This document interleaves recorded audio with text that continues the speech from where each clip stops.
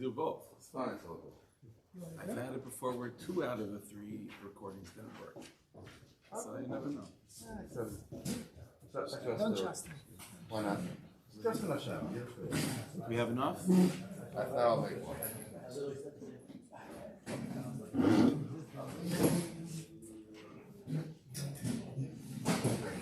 Let me make more.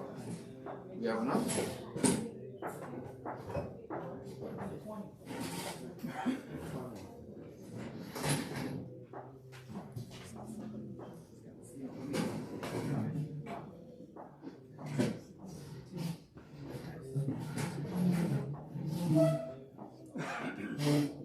Okay. We're good, everyone has, or we still need Melech has? Oh, they went to go do more? Okay, there's also 9:10, so I'll just talk slow. Okay.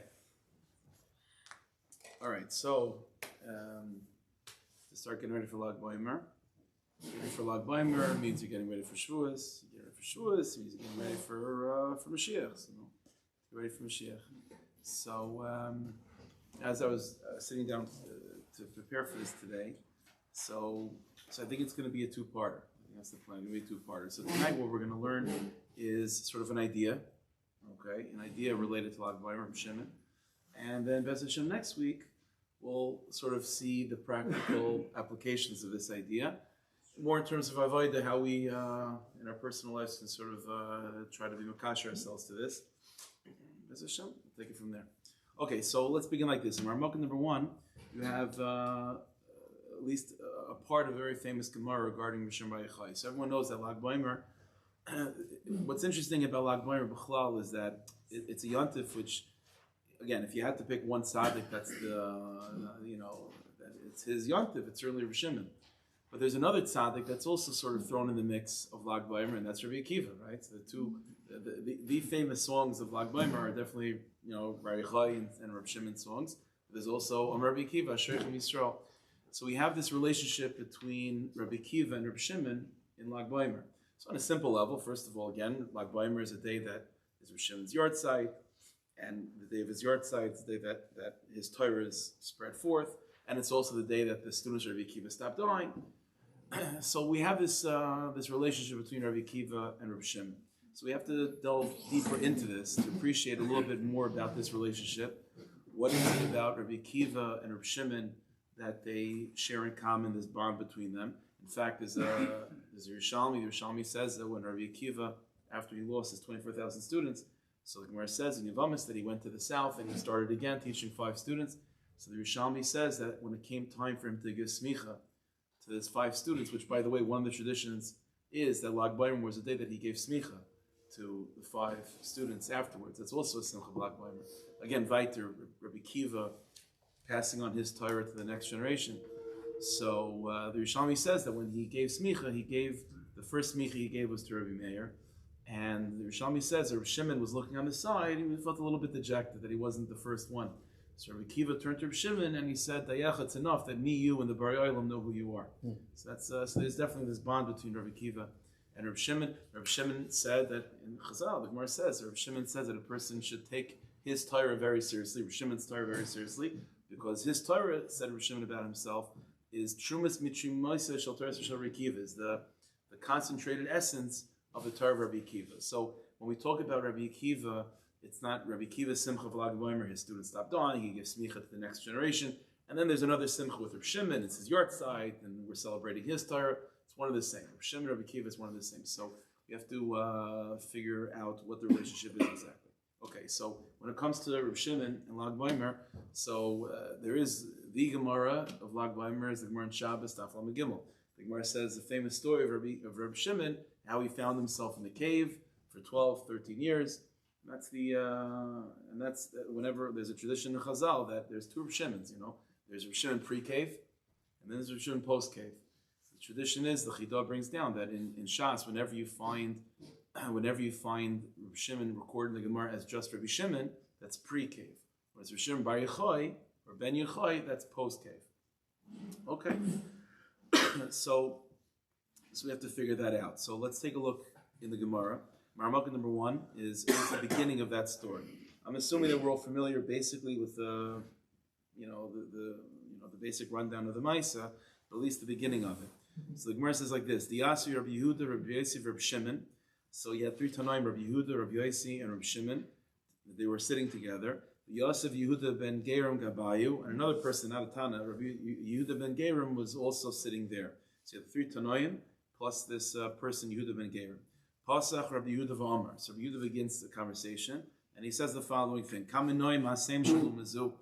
How he says, like it's we have to be makir tov, we have to have a curse of tov. How beautiful are the actions of this nation, others the Romans?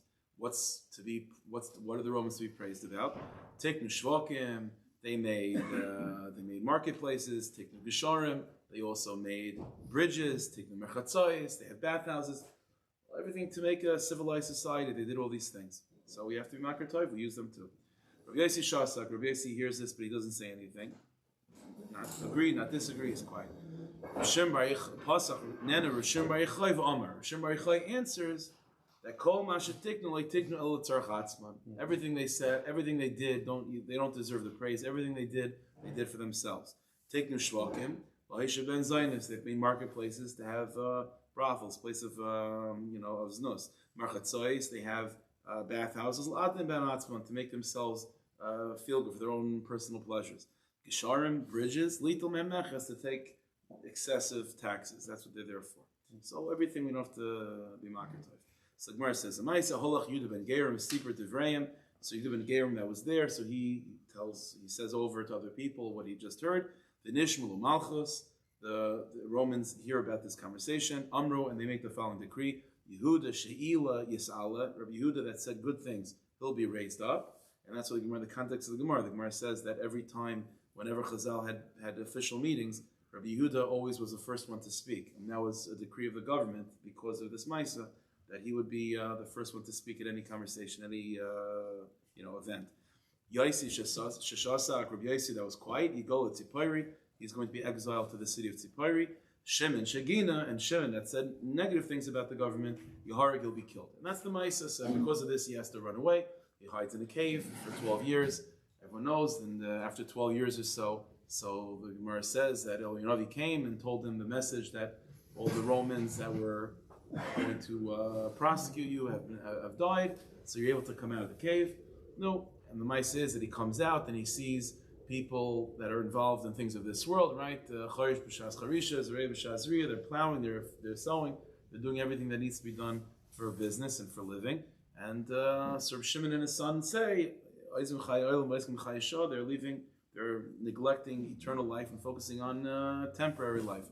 And any place that they put their eyes, the place became on fire and they're destroying the world. The Baskel comes out and says, I didn't take you out of the cave to destroy my world, go back in the cave. After 12 months being in the cave, they come back out. Again, there's the mice, they come back out.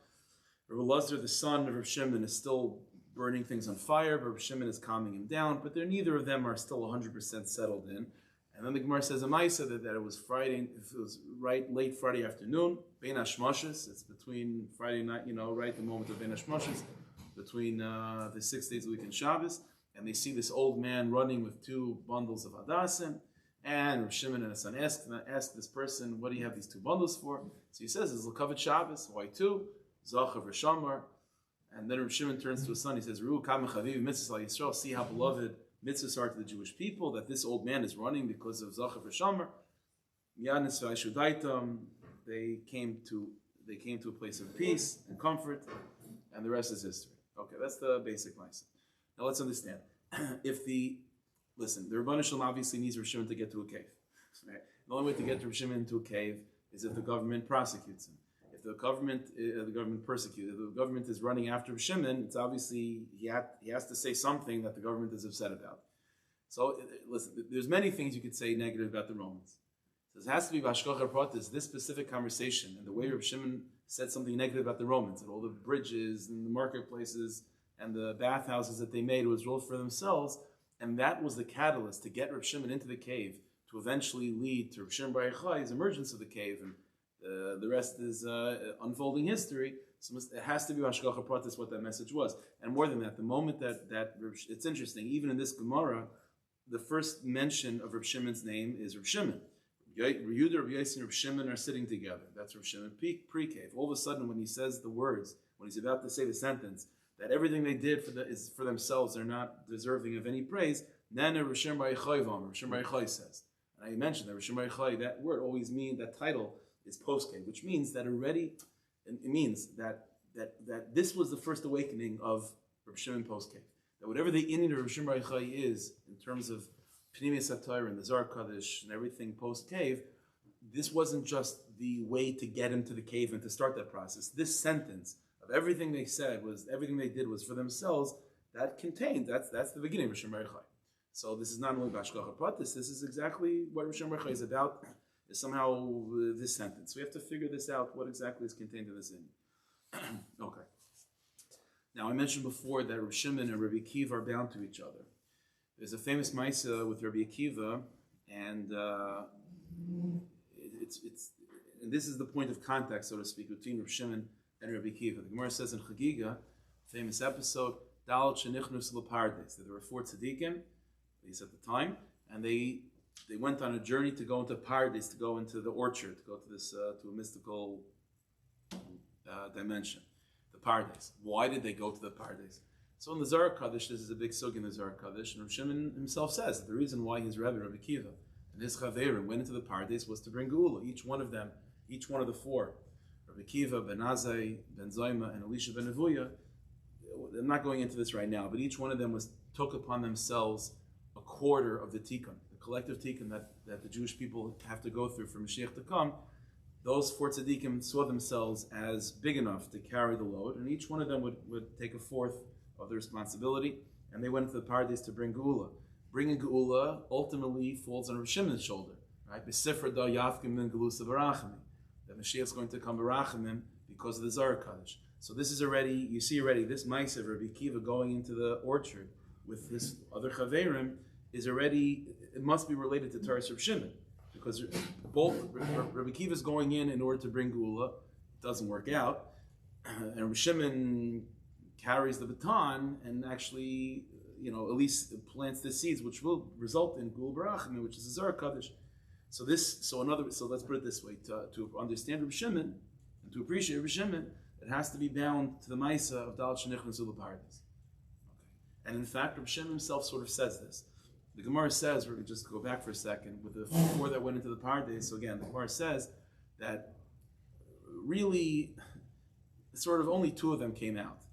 Ben Azai and Ben Zayma never really left. One of them passed away, which means that he never really left. And one of them mentally never really came back the same, which means that he never really left. Elisha ben Avuya came out, but he didn't come out b'shalom. So he was confused by the whole experience, and he went off the derech because of it. Shtei Rishuyas, the Gemara says, that he came to the conclusion there's 2 gods, there's 2 jurisdictions. He couldn't go into that place of the Pardes and exit at peace. Again, 2 out of the 4 never left, and 1 left, but not peacefully. Rabbi Akiva, the Gemara says, was the only one. Nichnas b'shalom, v'yatza b'shalom. Rabbi Akiva knew how to go in, and he knew how to go out. That's Rabbi Akiva. Now take a look, with that background, take a look at Marmukah number 2. This is a piece from the Zohar Kodesh in Parshas Nasai, Kof B'malef Amud Aleph, Tana. And we have the following tradition. Od Reb Shimon. Reb Shimon said, Kol hani tikkunim. All the tikkunim that I am bringing to the world with the Zohar Kodesh, V'chol hani milin, and all these words that I'm teaching, V'inan l'galehain, I want to reveal them and to give them access to who? L'mareihain, to the masters, to the tzaddikim, the iskalu b'maskala, that are connected to the scale, to a scale that's even, that's balanced, to the maskala. V'loi li'ilan to olav loy nafka, but not to those that go in but don't come out. In other words, this scale, we'll speak about that maybe a little bit more, but this scale represents the ability to go in and to go out, to be balanced. This side means to go in, this side to go out, and to be balanced. Those are the ones that I want to give the secrets of the Zohar Kodesh to, not to the ones that go in and don't go out. Rather, I want to give it again to the ones that have a scale, and others to the ones that go in and go out. Because anyone that goes in but doesn't go out, it's better not to be created. It's about to be created. So what's Rebbe Shimon saying? So Rebbe Shimon is basically saying this, that all of his Torah is only for those that are Rebbe Kivadik. If you're nichnas b'shalom yotz b'shalom, if you know how to do that, that's already you're connected to Rebbe Kiva, you're connected to Rebbe Shimon. That's the point of contact. So to understand, so Rebbe Shimon's Torah, and which is again the light of Mashiach Tzidkenu, Gula itself, which is something that Rebbe Kiva tried to do with all of his chaverim, and Rebbe Shimon again writes a Zohar Kaddish, brings us a Zohar Kaddish, which will result in Gula B'Rachmim. It's only for what? The eye of Anafik, for those that go in and to go out, those that are able to nichnas b'shalom yotz b'shalom, just like Rebbe Kiva. If all four of them could have done that, it would be different. But the inyan of Geula, that's the point of view. The inyan of Geula, which is Rebbe Kiva's inyan, and Rebbe Shimon's inyan, is connected to this nakuda of going in and going out b'shalom. Okay, so we have to figure this out. Okay, those are all introductory questions. We'll get back to that soon. Okay. There are terms that we find in the Sefer Kabbalah that each one on their own is used in the Sefer Kabbalah. But what's interesting is Chassidus sort of takes those terms and makes a shidduch between them in a way that you don't find in the Kisveri. In the Kisveri, we find the following terminology. There's such a thing, and there's such a thing as certain neshamas that are connected to a way that's called toyu. There's such a thing in the Torah called toyu, chaos. We're familiar with the word, Reish Balkim, right? There's such a thing as toyu. And then in the Sefer Kabbalah, there's such a thing as tikkun, which means order. Chaos versus order is such a thing. Fine. And generally in the Sefer Kabbalah, we come into the world and we're confronted by toyu, and our job is to make tikkun. That's basically in a nutshell what we're here for. In Sefer Chassidus, we're taught the following thing, and it's something that it's a term that was coined in Chassidus, which is that Geula, Mashiach, which is again everything we just said, going in and going out of peace, or Rebbe Kiva, Rebbe Shimon, Geula is coined by Sefer Chassidus as Oiris de Tayu, the Kalim de Tikkun, the light of chaos in the vessels of order. Oiris de Tayu, the Kalim de Tikkun. So it's interesting, not to change Tayu into Tikkun, or not to get rid of chaos and replace it with order. The ultimate goal in Chassidus, the terminology is Oiris de Tayu, the light of chaos contained in the vessels of Tikkun. Now that's a new terminology. You don't find that term, not that I'm aware of, in the Sefer Kabbalah from Arizal and so on. We're not going to go into the Kabbalah part of it, but just Marmakam Anilach, it's good to know. Not this inyan of Chassidus of taking the light of Tayu in the Kalim of Tikkun and what that means. That was something that was not really understood al pi Kabbalah, what that meant. And Chassidus talks about it in its terms, in its way, but to really understand its source in the Kisveri, what that means, that was not really unpackaged, I don't think, until Reb Chaim Sholakain Dweck, the Baal Hasada, one of the great Svardish Mekubalim in the early 1900s. So he wasn't addressing Sefer Chassidus, but he was writing Pirushim on the writings of the Arizal and the Rashash in his way, and in his system, such a thing emerges in the writings of the Arizal of Oiris de Tayu B'Kelim de Tikkun. So it has it. So again, even though I'm saying that this terminology is found first in Sefer Chassidus, but again from the Baal Hasada, it finds its roots back in the Rashash and the Kisveri. But what does this mean? So in order to figure out what Oiris de Tayu and Kelim de Tikkun mean, you first have to identify what Tayu means and what Tikkun means, and then we can figure out what it looks like when they come together. Okay, so there's many different ways how to go about doing this. For tonight and for this series, I guess we're gonna be traveling with being escorted by two Kahanim Gedolim. Okay, you have Rav Kook and Rav Tzaddik. They're gonna help us along the way. So Maramaka number 3. This is a piece from Rav Kook. Okay, it's from Iris. In this piece, Rav Kook, he's identifying again in his style, in his way, what does Tayu mean and what does Tikkun mean. There's neshamas that are more Tayu oriented and neshamas that are more Tikkun oriented. Now bear in mind, neither category is good or bad in particular. These are qualities, these are tchunas. Each one can be abused. But this is where Rav Kook puts it. Hadrocha haragila, the normal towing the line type of personality. Hadrocha haragila, the one that the derech of this particular neshama is ragil, is to be normal, regular, contained, draws within the lines. You know, Shaltaim v'yashar, someone that is simple and straightforward. B'shmir samidas atayvis, which generally comes with having good midas. The chol das v'din, being very religious, keeping the halacha that way, which is something we all wish for all of ourselves. Hu inin taluchas elam tikkun. That's what tikkun looks like. So tikkun looks like someone who is stable, someone who accepts the environment around them and wants to function within that environment. So a person's raised in a particular culture. They don't want to make any waves. They're not interested. Not because even the thought of making waves doesn't enter their mind. That's it. Finished. That's what I am. Calling within lines. That's tikkun. These are people that are very productive and they'll accomplish and they'll move along. And that's what they do. That's what they do. They don't. These types of neshamas, though, as you'll see in a second, usually don't get their names in the history books because they just, they go, and they're just part of the system. That is. So he says like this: Hu ini taluchas elam tikkun. That's the process of tikkun. The kol has parshas mizeh. Now, any deviation from the straight line, bein mitzad kalos hara v'afgerus, whether it's coming from a place of rebelliousness, of wanting to make waves, or bein mitzad aliyas das v'saris ruch elyon, or maybe it's coming from a good place because they demand something bigger than just the lines that they were given. That's called tayu. So you have these two types of neshamas. You have a certain type of energy, which is what we'll call yishuv ha'olam. Yishuv ha'olam, the world being settled, functional, things, people, an Indian of status quo, an Indian of what is status quo? Status quo is, but they're good. I mean, things are stable. You want to maintain stability. Things are good. Mahalach, that's called tikkun. Gavul, finite, kalim. Mashenkin, what's tayu?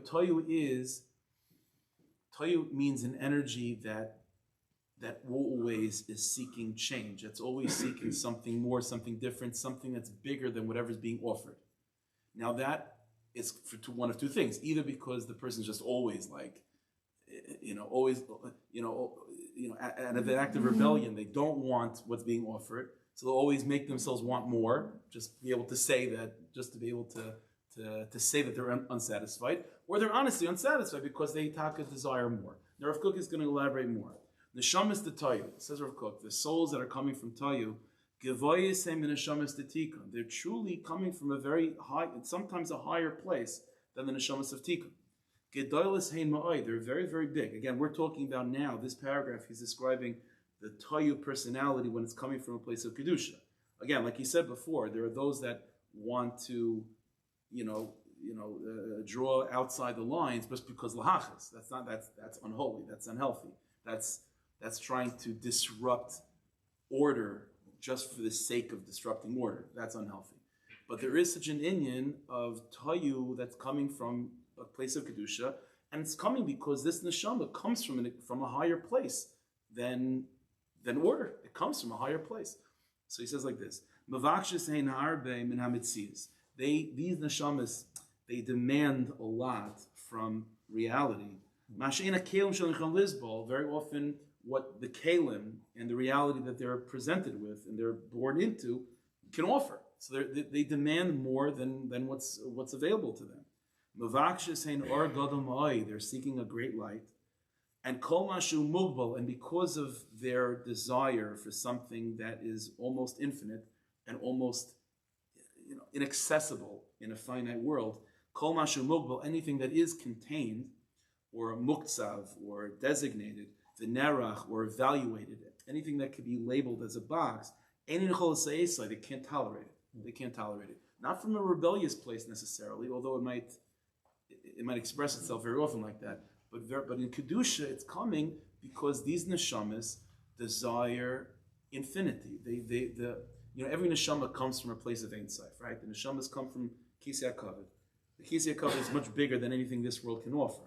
So some neshamas, by the time they make their way down here, that memory is already almost lost. And even if they still have the desire to return to the Rebbe Shimon, which is 100% what the neshama is about, but the level of elikus that they're looking for is a level of elikus that fits within the construct of the world that they're being placed in.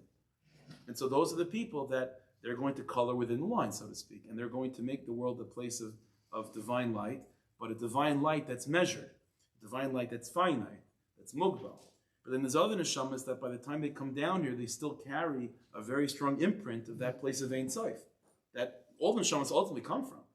And so by the time they come down here, if they still have that smell and that desire, then the elikus that they'll be looking for cannot be found in a finite world. And that is going to result, possibly, as we'll see in a second, in a lot of frustration. But that's what they're looking for. So he says like this, Hein yordu mimalosan, they descend from their heights, mirashis hanetiya shalavaya, from what it was before existing, lihivole, to be born. And that is a traumatic experience for these neshamas. Hisroimamu kishal heves, they were exalted like a flame, they rose up like a flame, v'nidaku, and then they were crushed, then they were extinguished. That's what they feel like. Sheifasam bilti saifis leitichla, their desire, which is infinite, cannot be satisfied, it cannot end. Hinam mislab shois bekelim shainim. So this desire, that thirst, will express itself in many kelim. It could take on all different forms. Shayafais harbe yaisin hamida. These are people that might desire things that are beyond measure. So if it's not, so in other words, again, it might not be expressed religiously. It could be expressed in Gashmi, as the person looking, never being satisfied, and v'chulu, Bali Taiva, and Bali everything, those types of things. Shayafais, these are people that desire, v'naiflais, and will constantly be disappointed. Where do they fall into? Very often, biyish. They fall into despair. What are they despairing of? Themselves, life, because whatever it is that they're looking for, they're not getting it. Becharoin, fall into anger. This is last week's parasha was about the Mitzayra. This is very connected to the Mitzayra. Mitoich katsev, and because of their anger, berasha, they could fall into averos. So Rav Kook is saying an amazing thing that very often these neshamas turn into big rishayim, but it's not coming from a place of rebelliousness. It's because of just frustration. They're just frustrated because what they're desiring, at least to them, doesn't seem to be offered by the kalim of this world, even with all of the mitzvahs and nice and tovim that this world has to offer. It's not satisfying them. So it's been curved a little bit? So it's related to that as well, yeah. A lot of these neshamas are coming from that place. Bezadain, Beshiflos, Bekir, they'll fall into even Averis Bemezid, into small places, ugliness, Betiyah, Behiris, Bekolra, all these things, but it's coming from that place.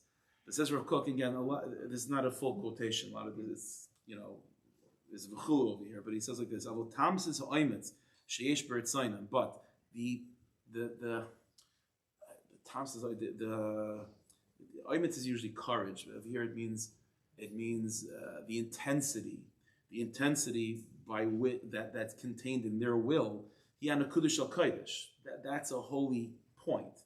The intensity that's driving them. Shekishinis feges. Now he begins to describe what iris the tayu in the kalim of tikkun look like. So again, let's before we go into, let's break down what we have so far. So you have two neshamas. Two categories of neshamas, two types of two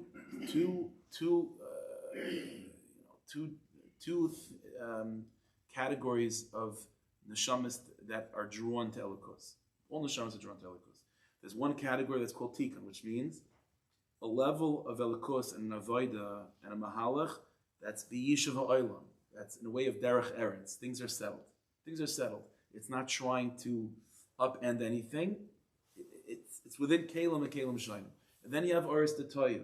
Aris d'toyu, neshamas of toyu means what they're desiring is betzim bigger than anything the kelim of this world can provide. And so because of that, what very often happens is that these are people that get their names in the history books because they are revolutionary. They are trying to completely change the status quo. Unfortunately, very often, to change the status quo certainly means on some level of destruction. But very often these neshamas, the status quo that they're trying to change is order into chaos, right? Because they don't necessarily, they maybe weren't given the tools even within themselves to understand what it is that they're looking for. So to them, all they think they're looking for is chaos. When really, they're not looking for chaos. They're looking for something that is bigger than any kalim can contain. So translating that might be, okay, I'm just looking for every kalim to break. But I mean, what happens when you take too much electricity and put it into a kli? Well, take a light bulb that's supposed to be 20 watts and you put it and you plug it in. When it's to a 100-watt thing, whatever it busts, right? So really what the person is looking for is 100 watts. But he might not realize that, so he might convince himself that all he wants is just light bulbs to bust. When really what he's looking for is not busting light bulbs. He wants 100 watts. It happens to be. There's no kalim for 100 watts. So this person mistranslates his own desire. He forgets that he's looking for 100 watts. He's not looking for 100 watts. I'm just looking to break light bulbs. So instead of actually figuring out a way to maybe make a light bulb that could have 100 watts in it, he just now decides, I'm going to do an easier eight, so I'm just going to take a bat and I'll just break all the light bulbs that I see. Why do I have to waste the time of plugging them into the wrong slot? I'll just break the light bulbs. But the problem is, you're not really interested in breaking light bulbs. You're interested in 100 watts. Happens to be all the light bulbs available to you can only contain 20 watts. So memela, you're breaking a lot of light bulbs, but you're not really trying to break light bulbs. But this is the confusion that the neshamas of Tayu are involved in. Now, this is all when it's in the side of Kedusha, where even if it results in breaking light bulbs, that's not really what they're interested in doing. But there is such a thing, like Rav Kook mentioned before. Listen, Zelu Mazas Olakim, there's always, Tumah always parallels Kedusha. So there is also an Inyan in Tumah of people that are just want to break light bulbs. There is such a thing. By Yidden, it's not like that. By Yidden, it's you want 100 watts, and memela you're breaking light bulbs. But by the Sitra Achra, by the Umas Olam, there is such a thing of them also breaking light bulbs. But they're breaking light bulbs just not to break light bulbs. What does it mean? What does it mean, Neshamas Detayu, the Kalim de Tikkun? Light of chaos in the Kalim of Tikkun. And as I mentioned, in Sif Chasidus, we're taught that's the Inyan of Geula. What is Geula?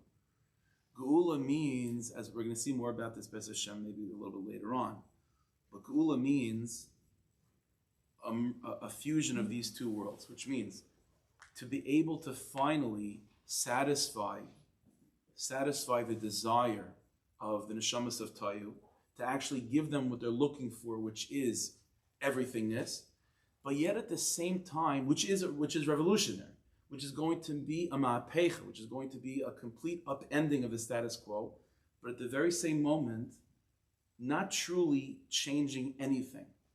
And things happening, absolutely new things and new experiences happening in a way that's absolutely comfortable and beautiful and stable. In other words, let's put it this way. If the neshamas of Tayu had their way, then they want the revolution. They want all the light bulbs to be all the 20-watt bulbs to be broken and to manufacture new light bulbs.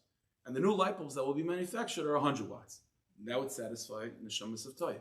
Neshamas of Tikkun don't want to go through that. They don't want to go through that. We have 20-watt light bulbs. 20 light bulbs have been satisfying us until now. It's illuminating the room perfectly fine. Let's go with that. You're telling me, so there's this conversation. So the neshamas of Tayu tell the Tikkun people, yeah, but hello, you could have 100 watts. And the neshamas of Tikkun say to the Tayu people, I hear what you're saying. Personally, I don't mind just having 20 watts. But even if we go for your plan, what's going to be between the 20 and 100? What's going to be until the manufacturer gets us the 100 watt? Then we're going to have no light bulbs. Like, I don't want a revolution like that, because a revolution, after the revolution is over, is fine. But no one wants to live through the revolution. Once the revolution is over, and it's good, but you don't want to go through the coup. Why would you want to? You don't want to live through that. And so there's this tug of war. What's the ultimate tikkun? What's the ultimate tachlis? What's Geula? So is Geula a complete revolution of everything we've known in Galus? If that's what it is, that satisfies the neshamas of Tayu. But the neshamas of Tikkun are uncomfortable with that. They're scared by that. So then, on the other hand, so is Mashiach basically just nothing really too different than we have now? That'll satisfy the neshamas of Tikkun, because even the neshamas of Tikkun, 20 watts, okay, you could push it to 22 watts, it's not gonna. But on the other hand, the neshamas of Tayu are not satisfied with that, and they have a point, why should we just have 20 or 22 watts when you can have 100? The chiddush of Geula, and this is the secret of what the Baal Shem Tov brought to the world, and again, this is just a continuation of Rebbe Shimon, Rebbe Kiva, as we'll see, is to be able to have Oiris to Tayu, B'Kelim to Tikkun. Oiris of B'Kelim to Tikkun means 100 watts and so, which is absolutely new, but at the same time, very, very comfortable transition, very comfortable movement. You don't even notice it happen. Isn't that how Gula unfolds? Right? If you think about it, there's a steer in Chazal. We'll see more about this maybe next week, but there's a steer in Chazal how Gula unfolds. It's based in Psukim.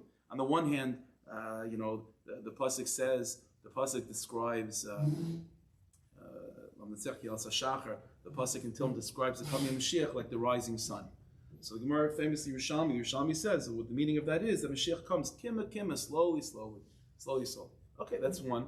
And then on the other hand, there's a pasuk in Yeshai where the pasuk says Pislam Yavei Adam. Immediately, out of nowhere, the Master will come, Mashiach will come. So which one is it? The answer is it's kind of both, because again we haven't experienced it yet, and so we don't know what it means. And that's going to be part of our Avodah Be'ez Hashem next week, to sort of try to model our Avodas Hashem after this. But there is such a thing that when Mashiach comes, it's both a complete revolutionary change, completely different, everything's altogether different, and at the same time, it felt seamless. It felt seamless. And all of a sudden, every bulb is able to contain 100 watts, despite the fact that I never had to throw this one out. And I didn't have to send it back to the manufacturer to get a replacement. Like, everything's the same. Same tzitzit, same tefillin. But all of a sudden, it's like a complete difference. That's Gula. This is what it means when I mentioned before that the Zohar Rebbe Shimon, that Moshe Rabbeinu himself said to Rebbe Shimon that B'Sifra Dad, that with your book, the Zohar Kodesh, Yafkin Yisrael Min Galusa, the Jewish people will come out of Galus, Barachamim, with compassion. It means Mashiach's coming, but there's a question of, is Mashiach going to come Barachamim or Chas v'Shalom not? What does it mean Barachamim or not? What is it dependent on? It's dependent on this inyan. Barachamim means that Mashiach means revolution. It means Iris Detoyu. But Barachamim means it's all within the Kalim of Tikkun. That somehow, paradoxically, there's a revolution happening unbeknownst to anyone. And by the time it's over, it's like, wow, I guess it happened. And then everything is automatically changed without it necessarily needing a huge upheaval. That's called Gul Barachamim. Now let's understand, this is a description, this is what it means, we'll see more about this maybe as Hashem next week, but when Rabbi Kiva, when we have this description of going in, Nichnas b'shalom v'yatza b'shalom. What does it mean, Nichnas v'yatza? Nichnas v'yatza means going into that place of the paradise, or like Rebbe Shimon going into the cave. What does it mean to be in a cave? Like when Rebbe Shimon was in the cave and he comes out the first time, right? So his reaction to the world is, what are you doing? They're involved in temporal life. That Rebbe Shimon at that moment, I started to say these words, but we'll see Be'ez Hashem soon. Rebbe Tzaddik himself writes this, that Rebbe Shimon at that moment was in a place of Aris D'Tayim. Because Geula means revolutionary. Everyone that's working in the field at that time, if Rebbe Shimon asked them, why are you doing this? What would they say? They would say, listen, I know, it's, of course, the halavai I should be able to sit and learn. Mice, I can't. What am I supposed to do? I have to make a parnasa. In other words, the reason why those farmers are farming is because this is the kalim of the world. What am I supposed to do?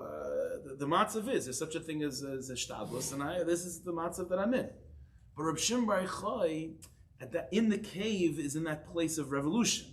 In that case, the cave of Reb Shimon is in that place of toyu, that like, why are you settling for that? Yeah. I understand that you were born into a world where you have 20 watt light bulbs, and 20 light bulbs mean that you have to farm, and you have to sow, and you have to go to work. I get it. But if there would be 100 watt light, Reb Shimon said, why the people are going to say, yeah, but if I stop working, where am I going to have money until Eibush Zelfin? And Reb Shimon says, okay, that's the sacrifice of making a revolution. There's a Gemara in Eruvin. The Gemara says in Eruvin that one Amoraim, the Gemara says a harsh thing. The Gemara says that to a certain degree, to become a real Talmid Chacham, a person has to be cruel to his family to a certain degree, a certain level of cruelty. The Gemara says that there was a situation, one Amoraim, that his wife asked him, he's going to learn. He says, what's going to be, how are we going to feed the kids? So he said to his wife, there's not enough vegetables in the field. Like in other words, yeah, and this is part of, we have to break some light bulbs in order to make room for the new light bulbs. That's part of the deal. And that's from Shimon's mentality. He comes out, he's burning things. Why is he lighting things on fire? Stam is a mazik. That's called breaking the light bulbs. Why is he breaking the light bulbs? He's breaking light bulbs in order to make room for bigger light bulbs. But what does Hashem say to Rebbe Shimon? That's not why he took you out of the cave. That's a geula. The whole name of Rebbe Shimon is bringing geula, but that's not a geul barachamim. A geul barachamim is that the same intensity that you have in the cave of not settling for anything less than Asek b'chaya olam, of eternal life, of Torah and Avodah in its most infinite form, to have that fire even in the kalim of Tikkun. That's the goal. That's the goal. That's somehow to introduce the world to be able to farm and to sow and to be involved in parnasa and still be on fire with Avodas Hashem as much as a person who will be sitting learning all day is about. And that's what Ratzal Shantav is also about. But that's exactly what it means to be nichnas b'shalom, to know how to go in, to know how to desire revolution, but also yotze l'shalom, but also to have that same intensity while also knowing how to embrace the status quo. And that's the type of revolution that Rebbe Shimon Bar Yochai is about, that results in a geula barachamim. Let's understand, this is why in that first conversation that made the trouble, right? So it's interesting. Again, Rabbi Yehuda says that everything the Romans are doing, they're praiseworthy. They have bridges and marketplaces and bathhouses, all those things that he does. There's a lot of things you can praise the Romans for. I mean, why those things that Rabbi Yehuda praised them, those things are about orderly civilization. It's about maintaining order. A functional society has ways of commerce. That's the marketplaces, traveling, health, having bathhouses. In those days, those basically, keeping yourself clean. Even now, it's in order to keep healthy and so on. That's in order to maintain order in society and functionality. It really says that we have to. They listen. If there's anyone that's going to know how to maintain order, it's going to be the Muslim. This is their Indian. This is the only world they have. So they're going to try to do the best of it. Nene Rebbe Shimon Bar Yochai v'Amar. Rebbe Shimon Bar Yochai comes. This is the first emergence of Rebbe Shimon Bar Yochai. Rebbe Shimon Bar Yochai is, again, what's Rebbe Shimon Bar Yochai about? Rebbe Shimon Bar Yochai is fusing a fusion between absolute tayu, which means upending society, and at the same time society completely maintaining order. But that's only by Yidden. That's only by Yidden. By the Goyim, there's no ability, the Romans don't have this ability to truly fuse tayu and tikkun. So what does Rebbe Shimon say? Rebbe Shimon says, look at every single one of the things that they created and understand that they're also motivated by tayu, but it upends society ultimately.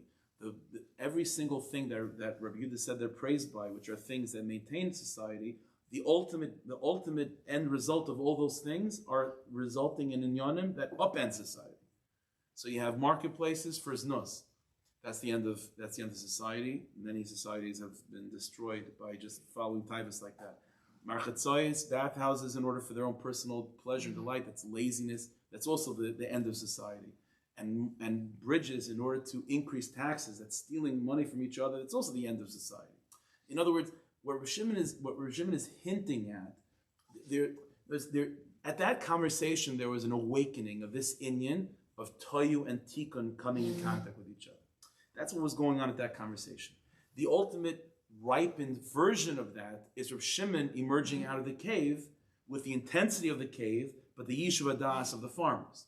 That's the ultimate goal of that fusion of these two worlds. But in this conversation, this is the unripened version of Toyu and Tikkun coming in contact with each other, and especially a version that the Romans are involved in, which is Tikkun, order, but ultimately unending, destroying itself because of the order that's being laid by the Romans is itself being motivated and being fueled by a Toyu Dika fire. In other words, the Romans are making bridges, they're making bathhouses, making all these things for the purposes of being involved in activities which unend society.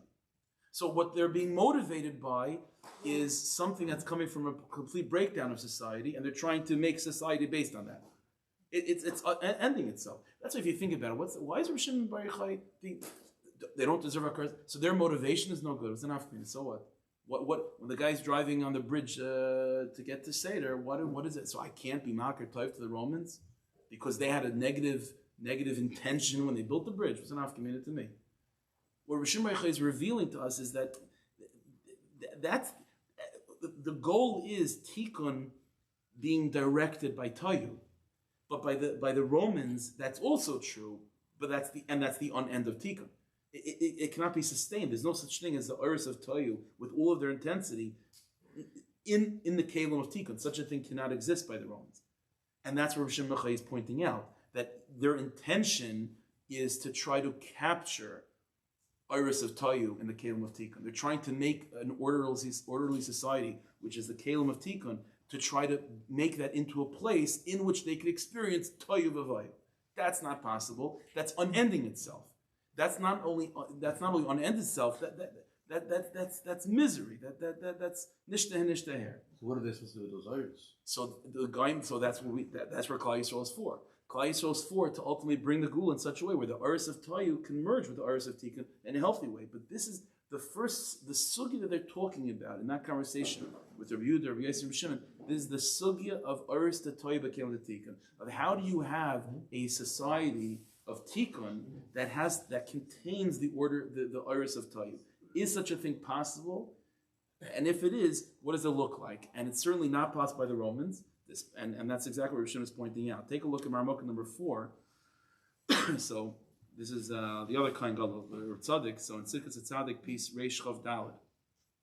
So he references over here Gedarka B'Kodesh. He references many Gemaras in this piece, but a famous Gemara in Brachos. The Gemara says that there was a machlokes between Rebbe Shimon and Rabbi Shmuel, whether a person should be, what is the mitzvah of learning? So Rebbe Shimon Bar Yochai said, it says in Pasuk, V'gisa b'yom v'layla, a person should be learning all day and all night. And Rabbi Shmuel said that's not true. It says V'yasavta deganecha in the second parsha of Kriyishma. It says that you have to that if you keep the mitzvahs, Hashem will give you parnasa, which means that you have to make a parnasa.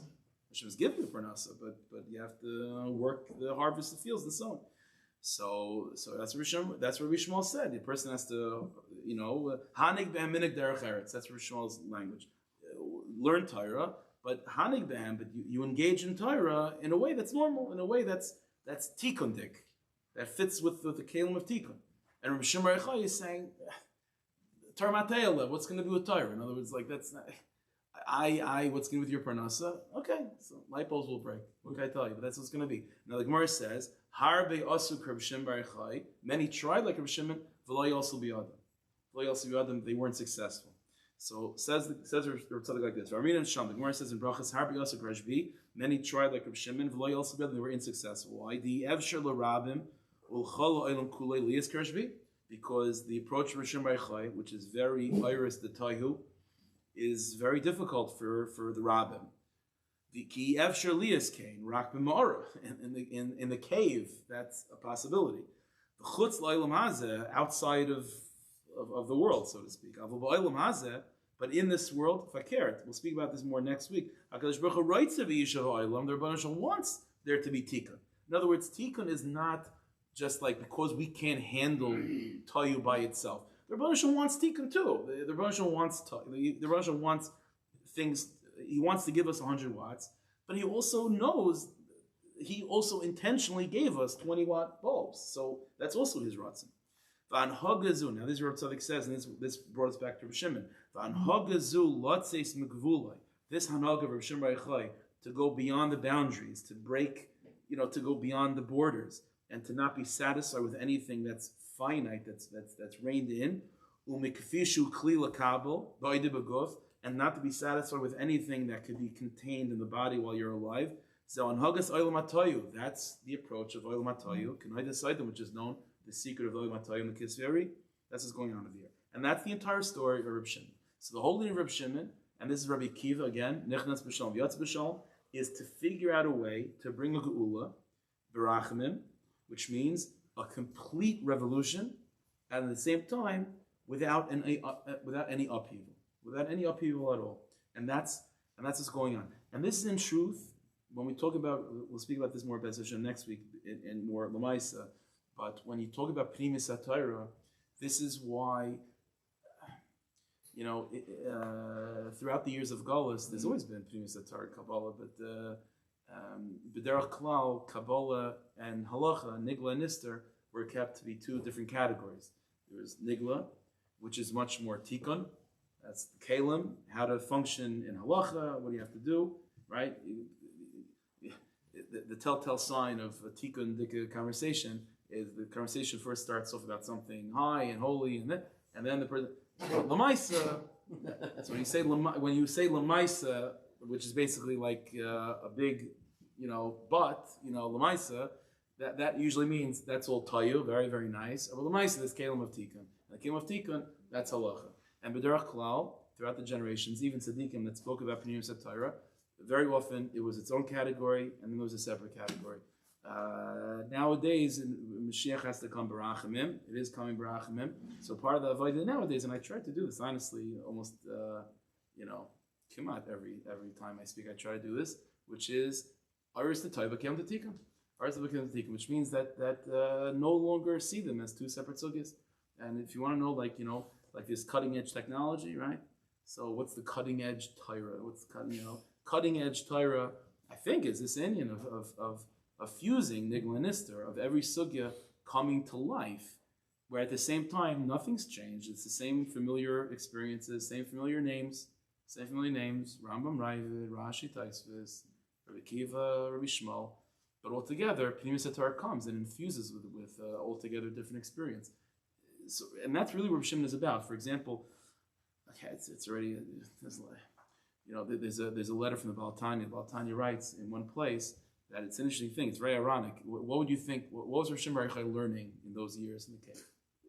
Zar Kaddish. The Baal Tanya writes he was learning halacha in those caves. He was learning mishnayos. He was learning halacha. Nigla. It's ironic. The answer to that's exactly the point. It's exactly the point. Because the whole thing of the cave is what, like Rav Tzaddik just said, the cave and Rav Kook, Aris to tell you, believable. But the whole inner Rebbe Shimon is what?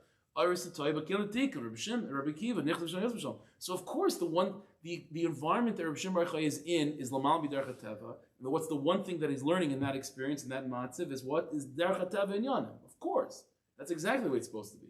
It's not a kasha at all. It's exactly that's Kul Barachim. What's the end of the story? So like I mentioned in the beginning, Rebbe Shimon comes out of the cave finally after the final year.